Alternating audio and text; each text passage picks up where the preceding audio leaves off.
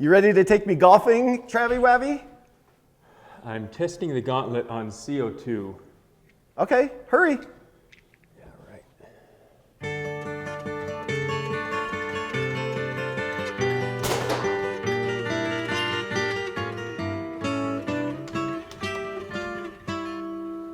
If I could save time in a bottle, the first thing that I'd like to do.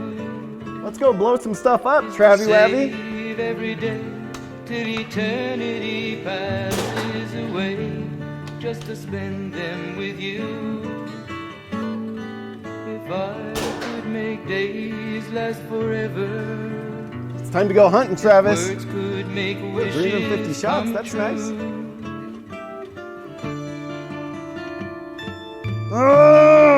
You lose more shooters that way.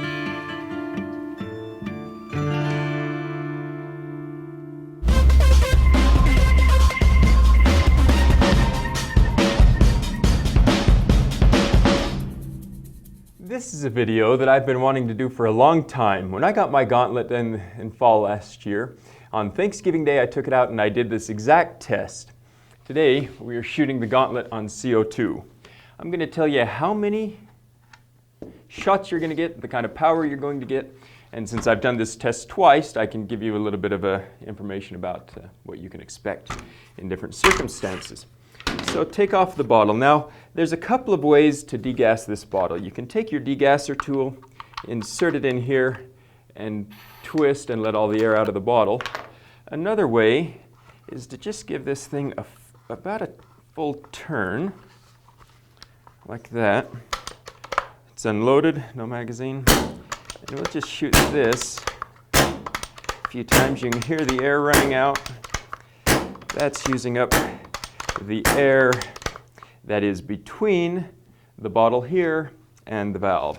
And now at this point we can it's released all the pressure and it just screws right off.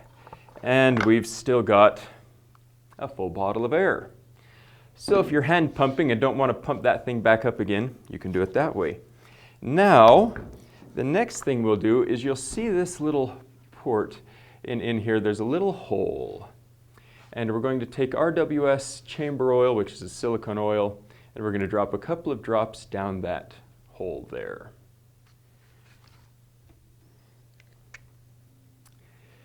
Two drops of oil, and we're ready to install the bottle. Now, we carry 12-ounce bottles, like this one, and we carry 20-ounce bottles.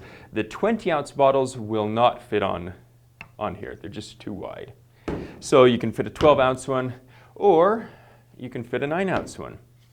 And you'll have to get these, these are so easy to fill up. If you've got a paintball shop nearby, you just take them in, usually $3 and they'll fill it up for you.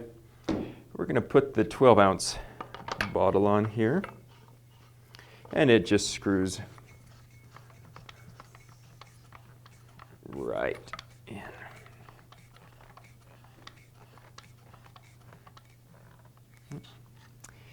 And we're ready to go.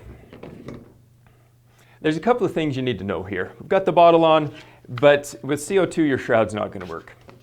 That means that your Hajimoto aftermarket barrel band, which I highly recommend, isn't going to work either. If enough people hassle him, then maybe he'll make a CO2 version for you.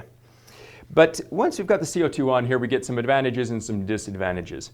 First, CO2 is basically self-regulating under certain circumstances. The temperature has to be warm enough.